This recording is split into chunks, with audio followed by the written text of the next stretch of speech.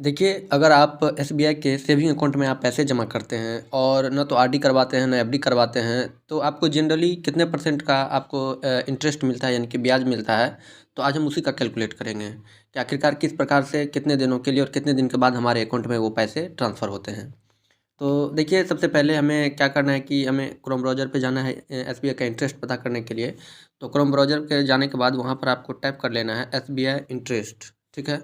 उसको टाइप कर लेना है। जो ही टाइप करते हैं तो देखिए ये पहला पेज कुछ इस प्रकार का खुलता है जिसमें sbi.co.in है, इस पर आपको क्लिक करना है। जो ही क्लिक करते हैं तो देखिए आपका जो इसमें सारा इंटरफेस खुलता है, तो आप राइट साइड में थोड़ा देखेंगे तो यहाँ लिखा हुआ है आपको येलो कलर में होम लोन, इस पर आपको क्लिक कर देना है। आप इस पर जो ही क्लिक करेंगे तो देखिए इसमें कुछ ऑप्शन दिखाई दे रहे हैं जिसमें कि personal loan, SB account, gold loan, इस तरह का बहुत कुछ है। तो आपको पता करना है कि सेविंग अकाउंट में कितने इंटरेस्ट दिया जा रहा है, अभी क्या रेट चल रहा है, तो वो आपको पता करना है। तो आप इसमें एसबी अकाउंट पे क्लिक करेंगे, अदरवाइज़ आप किसी दूसरे में भी चेक कर सकते हैं। पर्सनल लोन में अगर आप चेक करना चाहें तो पर्सनल लोन में चेक कर सकते हैं। एजुकेशन लोन में चेक करना चाहें कि क्या इंटरेस्ट है उसका, तो वो आप चेक कर सकते हैं। तो फिलहाल मैं सेविंग अकाउंट का चेक करना चाह रहा हूँ, तो मैं सेविंग अकाउंट पे क्लिक कर दे रहा हूँ।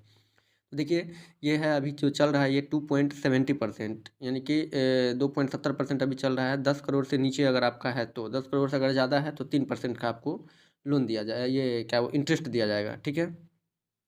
अब हम इसका कैलकुलेट करते हैं कि आखिरकार जो मेरे महीने का या साल का कितना बनता है। देखिए बैंक में जो भी रेट मिलता है यानी इंटरेस्ट मिलता है, ब्याज मिलता है, जो उसका रेट होता है वो वार्षिक होता है, महीना नहीं होता है। अगर आप किसी भी साहूकार से गांव घर में या कहीं भी आप अगर लेते हैं इंटरेस्ट पे, तो आपको वो महीने के तौर पे देंगे। 4%, 3%, 5% ये रेट होता है। लेकिन अगर बैंक में जाएंगे तो बैंक में वार्षिक चलता है, न कि महीना चलता है। तो आप और एक चीज़ और आप समझ लीजिए, जैसे कि अगर कहीं आप 5% पर आप कोई भी आप लोन लिए या किसी से आपने पैसे उधार लिए, तो 5% का मतलब हुआ है कि आपको 100 रुपये के लिए आपको 5 रुपये ब्याज लगेंगे, ठीक है। तो अब हम आइए, अब हम आप कैलकुलेट करते हैं कि आखिरकार जो मेरा सेविंग अकाउंट है उस पर कितना मिलता है।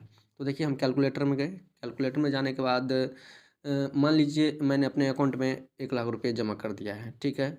मैं 1 लाख रुपये जमा कर दिया अपने अकाउंट में। अब जो मेरा इंटरेस्ट का रेट है वो है 2.70, ठीक है। और 1 साल के लिए मुझे निकालना है, तो 1 साल के लिए मुझे कितना ब्याज मिलेगा, तो वो मैं आपको कैलकुलेट करके दिखा दे रहा हूँ। हालांकि मैं साइड में भी आपको कैलकुलेट करके दिखा रहा हूँ कि कैसे निकलता है। ये तो मैंने कैलकुलेटर से निकाल रखा है और आपको साइड में भी मैं किस तरह से निकाला जाता है वो भी आपको मैं दिखा दे रहा हूँ। देखिए ये किस तरह से हो रहा है, ठीक है।